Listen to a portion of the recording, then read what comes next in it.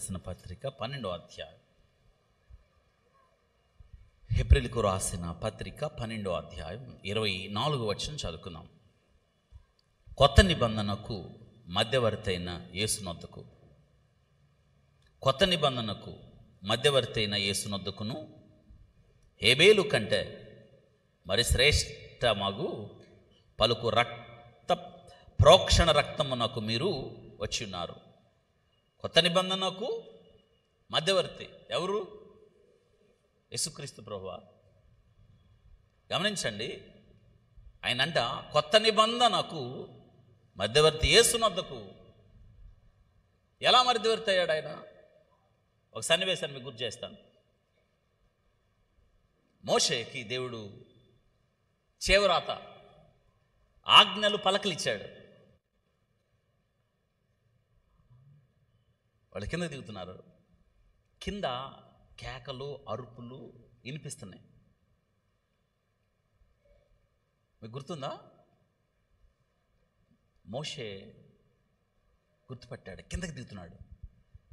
కిందకి దిగేటప్పటికి అక్కడ ఒక దూడ పెట్టుకొని దాని చుట్టూ తిరుగుతూ పండగ చేసుకుంటున్నారు. ఎవరు? మోషే చూశాడండి. గుండె పగిలింది మోషేకి. వెంటనే పలకలను ఏం చేశాడు? ఎందుకని? అది ఎవరు రాసిచ్చిన పలకలు? మరి పగలు కొట్టాల్సిన అవసరం ఏముంది? ఆజ్ఞలు తప్పారా?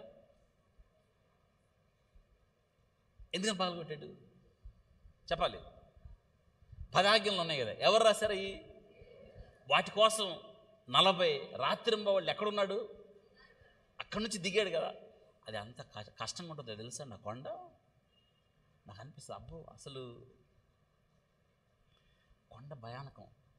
ఆ సినాయి పర్వతం శిఖరాగ్రం, ఆ పలకలు తీసుకొని కిందకి దిగి పగలు కొట్టేశాడు వాటిని. ఎందుకని? అందులో వినండి, మొట్టమొదటి ఆజ్ఞ నేను తప్ప, రెండోది ఆకాశం భూమి, భూమి కింద దేని రూపమును ఆయన నామాన్ని వ్యర్థంగా. ఈ విషయంలో ఏమయ్యారు వాళ్ళు? ఇంకా ఈ ఆజ్ఞలు వారికి అప్లై చేశారా? వారికి అన్వయించారు? ఇంకా అన్వయించలేదా? శ్రద్ధగా ఇంకా వాటిల్లో తప్పిపోయినప్పుడు, మొదటి విషయంలో తప్పిపోయినప్పుడు ఇక మిగతాయి వాళ్ళు పాటించగలరా? ఫెయిల్యూర్. వాళ్ళకి చేరకుండానే పాల్గొట్టేశాడు. అంటే ఈ ఆజ్ఞలు వీరి పనిచేయవు. ఆజ్ఞ ఉపదేశం వాక్కుగా మారి కృపా సత్య సంపూర్ణుడిగా మన మధ్య నివసించిన క్రీస్తు మధ్యవర్తి ఆయన పగలగొట్టబడ్డాడు. అప్పుడు పని అయింది. ఇది వాక్యం. ఎందుకు మోషే పగలగొట్టాడు అంటే,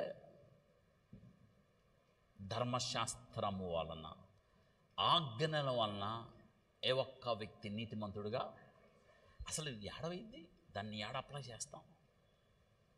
అందుకే మధ్యవర్తిగా వచ్చాడు.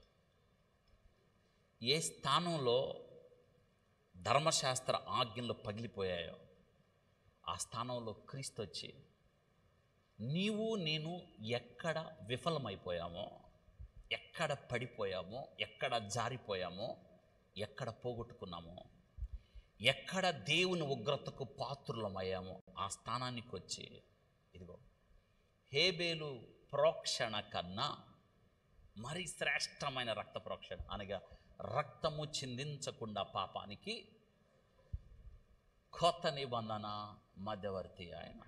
చెప్పండి, కొత్త నిబంధన ఎవరికి మధ్యవర్తి? దేవుడికి మధ్యవర్తి. మధ్యవర్తి అంటే ఇరు వర్గాల మధ్య సమాధానాన్ని గొడవ పెంచేవాడా తగ్గించేవాడా? మనం మధ్యవర్తులైతే గొడవ పెరిగిద్దా తగ్గిద్దా? ఎక్కువ పెరిగిద్ది. ఎందుకంటే మనం మంచోళ్ళం కాదు కాబట్టి. ఇక్కడ ఈ మధ్యవర్తి ఎవరో తెలుసా? ఇరువురు మధ్య సమాధానాన్ని, ఇరువురు మధ్య సంధిని నెలకొల్పాను. ఇరువురితో మాట్లాడాను. పరలోకములో ప్రభుతో మాట్లాడాడు, ఆలోచన సభలో మానవుడికి వచ్చి మనుషులతో మాట్లాడాడు. దేవునితో మాట్లాడాడు కాబట్టి దేవుడు, మనుషులతో మాట్లాడాడు కాబట్టి మనిషి. ఆయన దేవనరుడు, దేవుడు మానవుడయ్యాడు. ఇంతకీ ఆయన మానవుడా దేవుడా? మధ్యవర్తి. మానవుడా దేవుడా? ఎవరండి ఆయన? మానవుడా దేవుడా? మధ్యవర్తి. ఎవరు ఆయన? మానవుడు. ఎంత మానవుడు? పూర్తి దేవుడు. అది మధ్యవర్తి అంటే ఆయన. మధ్యవర్తి మా ఇరువురు మీద చెయ్యుంచగలిగిన మధ్యవర్తి. ఇరువురు మీద చెయ్యుంచాలంట. ఎవరి మీద చెప్పు? ఇరువురు మీద చెయ్యుంచాలి. ఇరువురు మీద చెయ్యుంచాలంటే అర్థం ఏంటి? దేవుడి మీద చేయబెట్టేవాడు ఎవడండి? దేవుణ్ణి చుట్టానికి వల్లగాల. మోషే నన్ను చూసి ఏ మనుషుడు? ఇప్పుడు అటువంటి దేవుడి మీద చేయబెట్టేవాడు దేవుడైతేనే చేయబెడతాడు, మనిషి చేయబెడతాడా? అందుకే ఆయన దేవమానవుడు, దేవుని మీద చేయి పెట్టాడు. వింటున్నారా? కాబట్టి ఈ దినాన వాక్యం వింటున్నాం మనం. అక్కడ ఇంకొక మాట ఉంది. ఏంటంట? చూడండి, మధ్యవర్తిగా చూడండి, హేబేలు కంటే మరి శ్రేష్టముగా పలుకు ప్రోక్షణ రక్తమునకు మీరు. హేబేలు రక్తం చిందించాడు, కానీ హేబేలు రక్తము, నీతిమంతుని రక్తము ఇంకా మొరపెడుతుంది అని. కానీ క్రీస్తు రక్తం పరిశుద్ధ రక్తం, నీ కొరకు నా కొరచబడిన నిబంధన రక్తం. అందుకే ఈ రక్తము చిందించుట ద్వారా మనం ఏమయ్యాం తెలుసా? ధర్మశాస్త్ర శాపము నుండి మనకు విడుదల వచ్చింది. పరిశుద్ధ స్థలంలోకి ప్రవేశం వెళ్ళాం. మనం ఆయన పిల్లలయ్యాం, అధికారం అయ్యాం. యేసు క్రీస్తు కార్చిన రక్తం ప్రతి పాపము నుండి నిన్ను నన్ను కడిగి పవిత్రపరిచింది. మనం ఇప్పుడు ఎవరమంటే నీతిమంతులం అయ్యాం. ఇది నా ఆరాధన. విమోచన క్రయధనముగా తను అప్పగించుకున్నాడు. మనం ఏం చేస్తాం? ఏం చెల్లించగలం?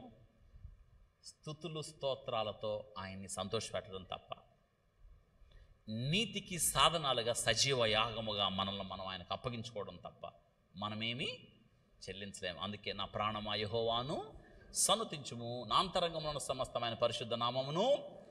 ఆయన చేసిన ఉపకారములలో